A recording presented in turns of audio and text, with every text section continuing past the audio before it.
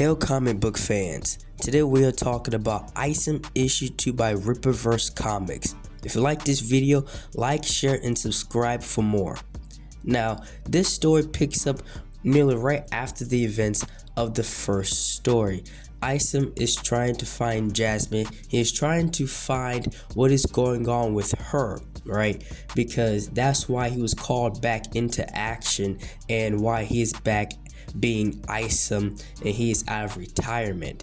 And the story, it leads in with that, right? Because that is the main goal of Isom. But also in this story, he would take a detour, right? A side quest, if you will. But within the start of Isom 2, we get more of Altona, Avery's sister, and Dan Fontano, and he is paying her a visit, more of a scare tactic type thing. He even goes as far as putting his hands on her.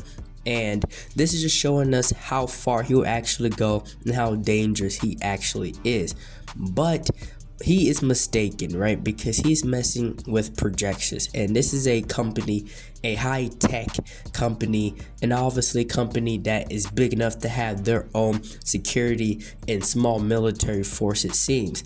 And he's completely out of his league in this situation. I mean, he completely gets dogged by the boss, and Altona is saved. And this is something that you really don't see much in comics, right? Like where the job itself helps out the character, like the boss is like a complete badass, and he actually sticks his neck out for his employees. Like he's not going to just sit back and let certain things happen because it's not his, he feels like it's not his or her job. And I feel like that's really something that's cool that we're seeing within this comic book universe. Within the pages of Isom 2, we are finally given the reason why Avery stopped being a vigilante, why he stopped being Isom. And it was on this faithful day where Isom was trying to save these people. He was trying to get them out of harm's way from this creature from unknown origin. And the design from the creature, may I say myself, is an awesome design for this creature. But whatever this thing is, it wanted to break Avery in a way. It wasn't even really fighting him, it was going after the people he was trying to save. And it obviously traumatized Avery enough to retire. And that's something about this story that I have to criticize, right? Because if you're a hero vigilante, right, you're not going to save everybody. Like, that's the reality of the situation itself. And if anything, that should have even motivated him even more as a hero to not only get vengeance on this thing, but to keep going as a hero and to improve himself. So that leads me to know that maybe Isom wasn't a hero for that long. Maybe he wasn't a vigilante for that long. Maybe he was only a vigilante playing this Isom part for like maybe a year or so, because he lost one person and he completely stopped being a superhero altogether and went to just live a normal life, right? That's something about the story that I have to, you know, like say, like, I don't know, man. Like, I feel like he should have kept going as a superhero. If anything, he should be like, I want round 2 with whatever that monster was, because as far as we know, it's still out there, right? So moving forward within the story, this is where Avery comes in contact with these interdimensional demon creatures, right? Also a great design to these things. It has a very cool design. I like how they look, and the cherry on top is they self-destruct, right? They self-destruct into like this hellfire-ish mode after they realize like they're going to lose this. And this is where the entire story of Isom shifts, right? Because this morally of Isom 2 is a side quest, right? Because these unworldly creatures has now entered ours for reasons that are unknown yet, right? And Avery is going to be forced to fight these things. He's going to be forced to find out what exactly is going on. And this is something I find very interesting to do within the story, is to give a complete side quest within the story that you are writing. And this is where we are met with a new character named Gooding, the polymath. And Gooding is a complete human, but he is a genius, so he has a bunch of tech, but he doesn't really use them. All of his technological advancements is for public service because he lives outside of Flores Park. He helps the little guys, the farmers, the people that doesn't have the help that the people in the city would have. He's also a pay for hire character, and this is nothing new within comics, because if you go back to Marvel, they had heroes for hire where you've had characters like Luke Cage, Iron Fist, etc. So if I've seen people in the past try to criticize or try to make it seem like that's something that's outrageous, when if you read comics, if you are knowledgeable, then you know that that's something that the concept of hero for hire is something that's been around for multiple years, and the Rippaverse is just bringing that concept within their universe in a very unique, in a way that I actually like it, right? But it's not just pay for hire, beat up the bad guys type thing. No, he does multiple things, and I like that they even give him an ad in this comic book. That's something I've very liked when it does happen, but it's done very well in this story. And with Avery, he is having a very rough day, right? Because this story is not taking place, right, like within an entire month. Like, these are days apart, right? So he had to deal with Fontano, and then he had to deal with something else, and then he had to survive interdimensional demons, right? And so this guy, he's ping-ponging back and forth between issues, and this is where his sister finally calls him and pretty much lets him know what happened. And again, Avery, he's not your average superhero guy. He's not your average comic book character. So he's very furious, and he will be a character that will kill you with his bare hands or a dangerous object. And I think Avery is a much different person he is now than he was when he first started out being Isom. I think he will go that extra mile now. I think he will get his hands dirty. I think he will do things now that he probably would not have done when he was younger, first starting out as being Isom. And I think that we will see how much he has grown as a character in Isom 3. I think all of this will pay off, and you will see the difference between what happened when he was Isom before and what happens when he becomes Isom now. And this is where we go to a different part of the story and a different part of the universe of the Rippaverse, because we have our own wrestling federation here going on. We have our own WWE-ish type thing going on, if you will.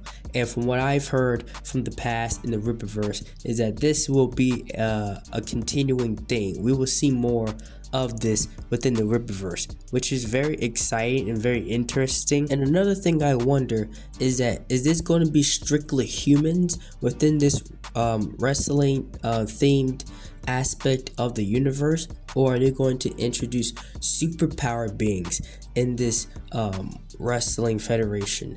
That's something that I'm really looking forward to see if they do within the future of this new comic book universe. I think stuff like this is very interesting and very cool to add into, because you really don't see that a lot with other comic book universes, right? Especially in the jumping off point, introducing so much things that are possible to do within the universe. And then now we are cut to a different part of the story, which I find very interesting, because I wonder how it progresses the overall story of the Isom arc.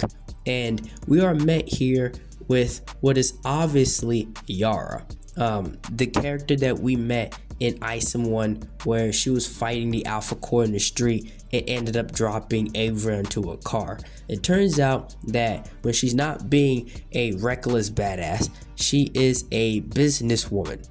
And I will be doing a Yara video in the future, going through that amazing comic. It's completely action-packed, and I can't wait to do it in the future. Because of the events which Franklin protected Altona from Darren Frontano, there's now a hit put on Franklin. But he is not some guy that's oblivious and doesn't know what's going on. He quickly picks up and starts to defend himself. And I think this is a character I really want to see more in the future, just because of his position of his job is, and the fact that he is not an easy kill. This guy has very advanced skills, and he will protect himself at all costs and the people that are around him. And especially from what projections is, I can't wait to see how that plays more into this new comic book universe.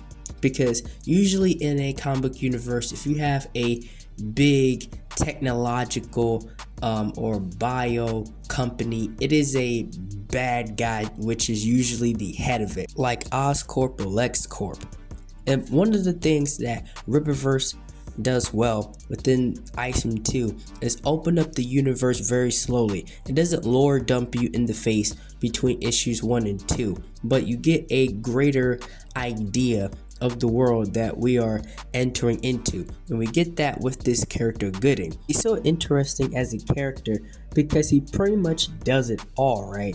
He'll do private investigations, he'll stop your house from burning down, he does it all.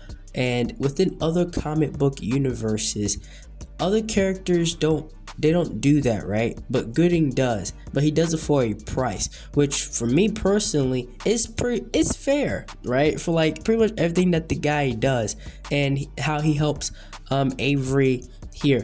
And it's funny because I feel like he should have charged him, but because he does this out of the kindness of his heart, right? Just because of the situation that's going on. But I think it would have been funny after he helped Avery out. He'd be like, that would be $9.95, right? Or like that'd be fit, like, you know, he gives him a price for Avery has to pay him and Avery has to come out of pocket. I feel like that would have been very hilarious to add to the story. Some people may not have liked it, but I definitely would have. And another thing that I want to address is between Isom issue 1 and Isom issue 2 that Avery has shown his strength in many different ways, right? He's obviously within the category of like a Luke Cage, a Captain America, or a Daredevil, right? When it comes from his skill set and what he can do with his abilities. And I don't think we've even seen all that he's actually capable of, right? But if you actually read the comic, it's not that hard to comprehend.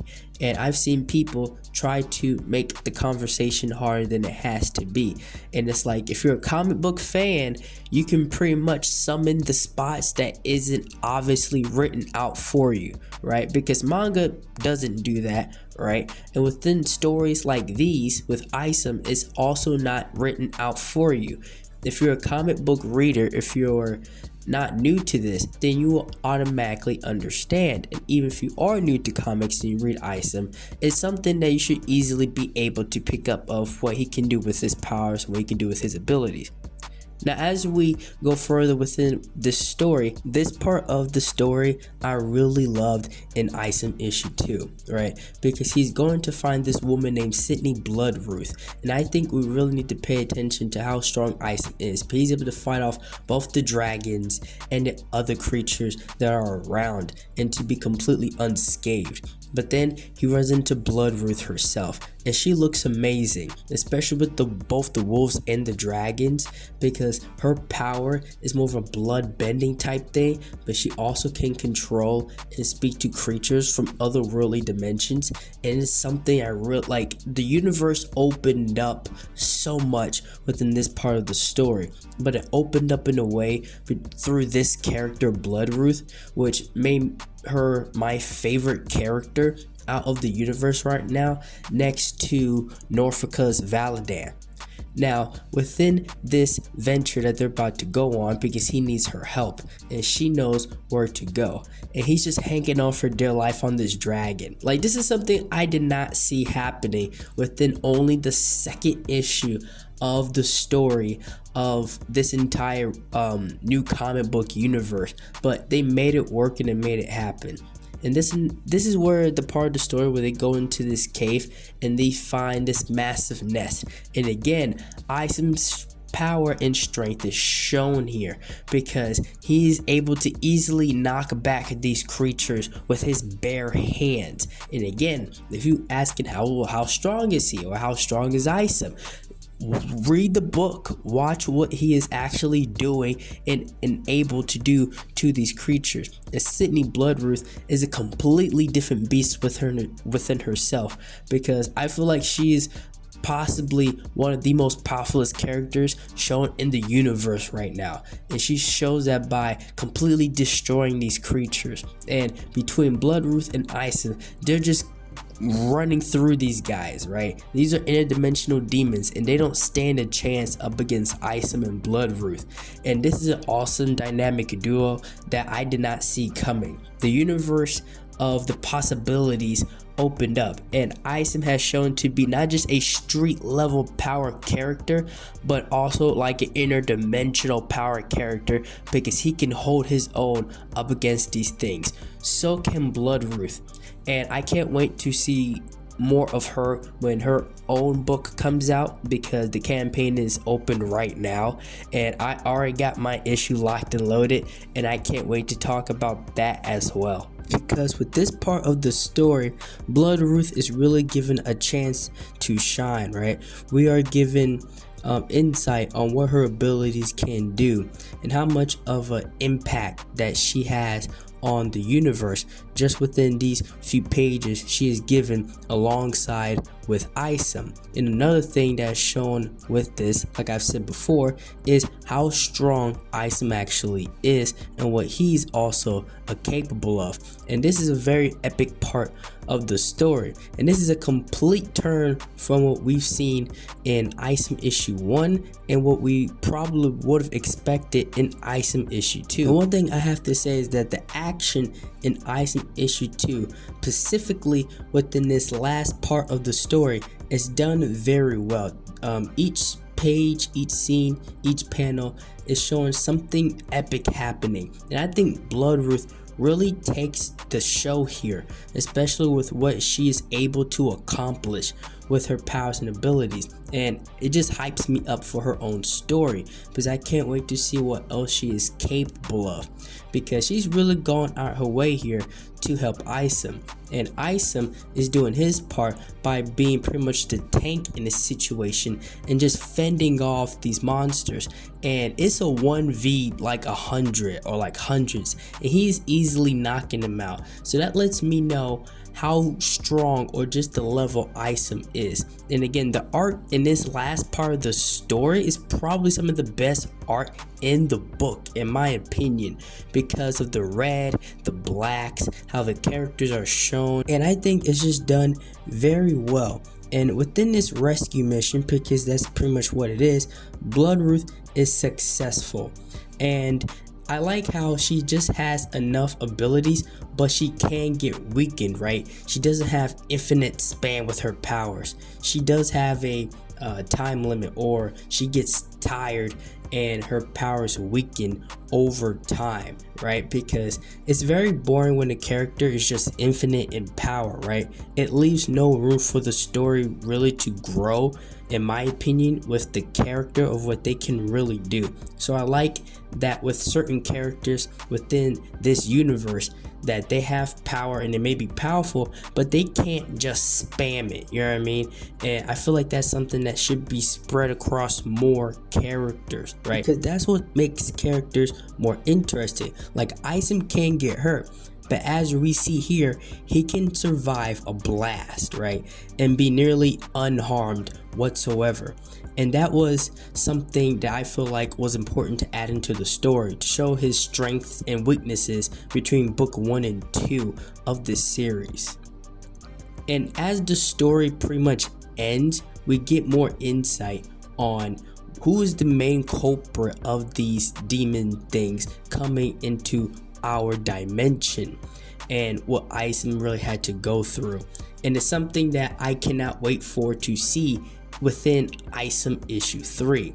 I wonder how all this is going to tie together within the 3rd book, if we are getting a 4th book, that is, to extend the arc of Isom. Well, that's all I have for this story and for this video. I really enjoyed it. If you liked this video, please like, share, and subscribe for more.